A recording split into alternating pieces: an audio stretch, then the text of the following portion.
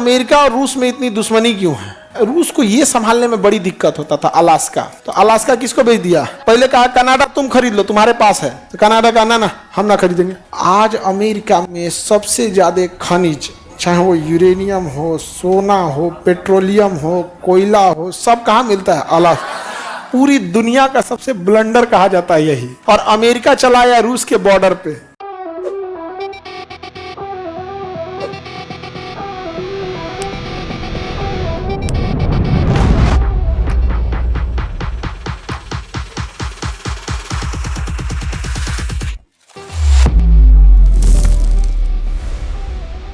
तो इंडिया में क्या होता है समझना ध्यान से। अगर हमको अमेरिका के इधर के किसी शहर में जाना है, new Jersey, New York, Washington, Boston, ये सब शहर में जाना है, तो हम लोग इस रूट को लेके आते हैं। लेकिन अगर अमेरिका की इधर कोई शहर, सिएटल हो गया, सैन फ्रांसिस्को हो गया, लॉस एंजिलस हो गया, कैलिफोर्निया हो गया, तो हम लोग इधर से नहीं आते हैं। फिर पूरा अमेरिका हिलना पड़ेगा। हम लोग इधर से जाते हैं, इधर से गए, यहाँ से निकल के यहाँ उतर जाते हैं। समझ आ गया? तो दुनिया कैसी है? गोल।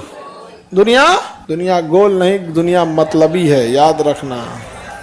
जितना जल्दी समझ जाओ ये बात को। अब आपको एक चीज समझ में आएगा, अमेरिका और रूस में इतनी दुश्मनी क्यों है? दोनों सटल है सब। ये अमेरिका है, अमेरिका के ये अलास्का है, और ये रूस है। इंडिया पाकिस्तान की तरह है सब। अमेरिका और रूस ही कैसे है? इंडिया पाकिस्तान की तरह। और ऐसे लगता होगा यहाँ अमेरिका है, यहाँ रूस है, खाए लिए दुश्मनी कर रहा है भाई। समझ में गया? रूस का यह राज्य था अलास्का। अलास्का किसका था? अमेरिका को बेच दिया वो। अमेरिका क्या कर दिया? बेच दिया।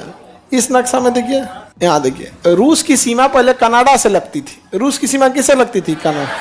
तो ये रूस है, इसकी सीमा किससे लगती थी? कनाडा से। अब रूस का मेन एरिया इधर है, मॉस्को उसको इधर है, ये इंडिया है।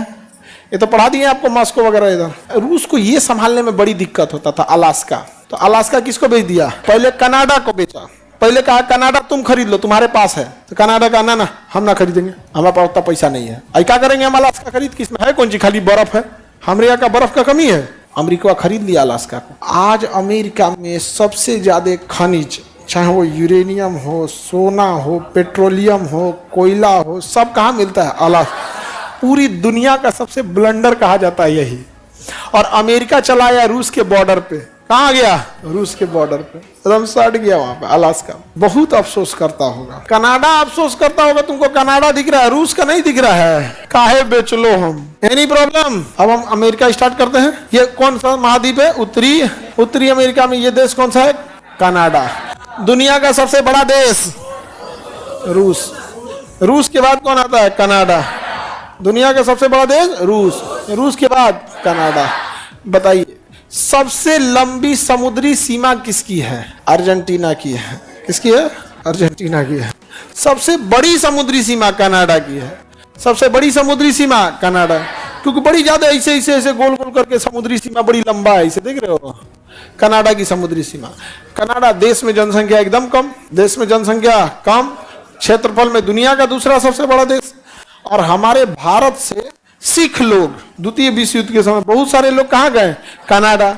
और कनाडा गए तो जनसंख्या वहां थी नहीं, और ये लोग थे मेहनती, तो मेहनत के दम पर इन्होंने अपना बिजनेस किया, दुकान किए, सब कुछ किया। ये लोग पंजाबी तो मेहनती होते ही हैं सिख लोग, और वहाँ ईमानदारी में इन लोग कोई बेईमानी ये नहीं कि कहीं से लूट ले। इन लोग के गुरुद्वारा में खुदे खाना मिलते रहता है, तो समाज की भी सेवा किए, गुरुद्वारा वहां भी चलाएं।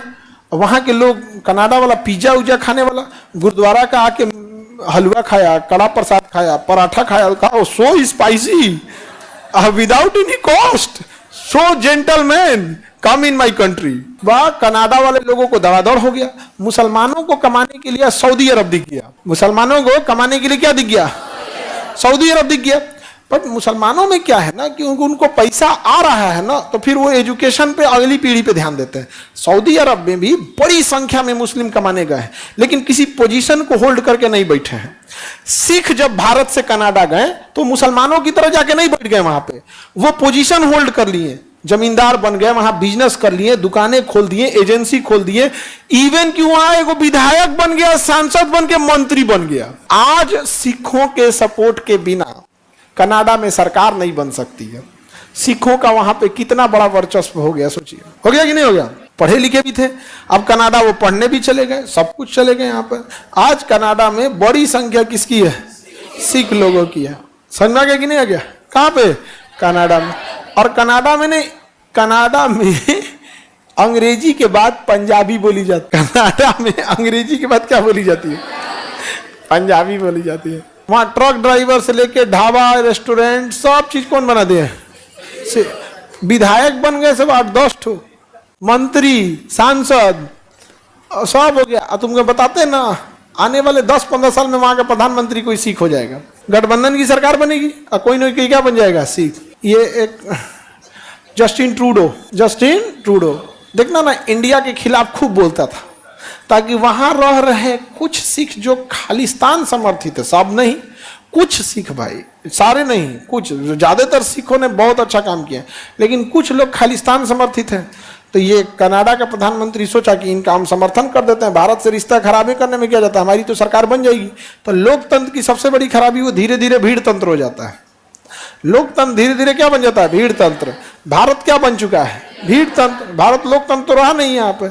अब यहाँ पे कोई ये बात नहीं, अब अपने से सोच के देखो कि जिस देश में किसानों को 5 किलो अनाज के लिए लाइन में लगा दिया गया, ये शर्म की बात है, तो इसे शर्म ना करके उपलब्धि गिनाया जा रहा है कि मैं 5 किलो राशन दे रहा हूं। इससे शर्म की बात क्या हो सकती है?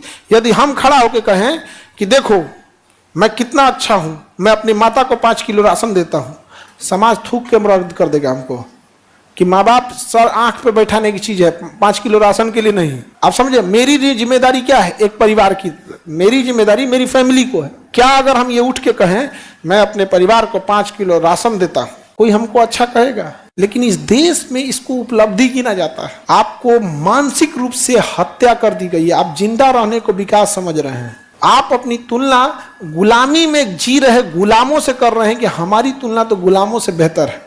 ये स्थिति हो गई है, जबकि वहां ऐसी स्थिति नहीं है। अभी हम आपको परसों की बात बता रहे हैं। बोरिस जॉनसन ब्रिटेन के प्रधानमंत्री थे। मेट्रो से जब वो उतरे ना, तो अपना सामान लेके उतरे, उनका सूटकेस उठाने वाला कोई नहीं था। बोरिस जॉनसन अमेरिका के, ब्रिटेन के प्रधानमंत्री। अब मेट्रो में खड़े होके आए थे, क्योंकि मेट्रो में सीट महिलाओं के लिए होती है। मेट्रो में खड़े थे और जो पहले बैठ गए थे बुजुर्ग लोग, उनको उठे भी नहीं खड़े होने के लिए। और हमारे यहाँ एक विधायक किसी को मारा है विंडो सीट के लिए। वंदे भारत में एक आदमी विंडो सीट लिया था, तो विधायक आया बाद में और उसको मारा है विधायक कि तुम्हारा विंडो सीट है तो क्या हुआ, हमरा मन है बैठने का, हम विधायक है। मारा है विधायक उसको। विधायक व्हाट इज विधायक? लोकतंत्र में विधायक मतलब कौन सी, नहीं समझे? अब जैसे गांव में तो विधायक का बहुत दबदबा है, पटना में नहीं पूछता है कोई। पटना में पुलिस वाला विधायक को नहीं पूछता है, दरोगा को कहेंगे ना विधायक बोल रहे हैं, कह रहे पटना है, मंत्री के नीचे कोई वैल्यू नहीं। बड़ा फोन रखे यहाँ पे। पटना में सही में होता है, पटना में पैरवी मतलब मंत्री। पटना में कौन विधायक अगर फोन करेंगे ना थाना को, तो होमगार्ड को दे देगा, बतिया ले तुम। पटना है पटना।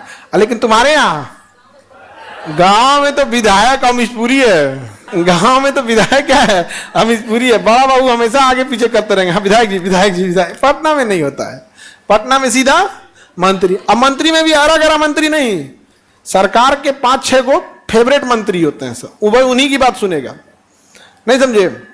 बाकी का सुनबो नहीं करेगा, सबका थोड़े सुन लेता है। अब हम लोग तो यहीं रहते हैं, तो हम लोग को तो सब चीज पता है। अच्छा काम करे तो रेस्पेक्ट करना चाहिए, लेकिन विधायक अगर दबदबा दिखाने लगे ये खराब लगता है। आप विधायक बन के क्या कीजिए, अच्छा काम कीजिए, इज्जत होगी आपकी। आगे बढ़े। तो कनाडा में सिख लोग की संख्या ज्यादा है या कम? बहुत ज्यादा है यहाँ पे।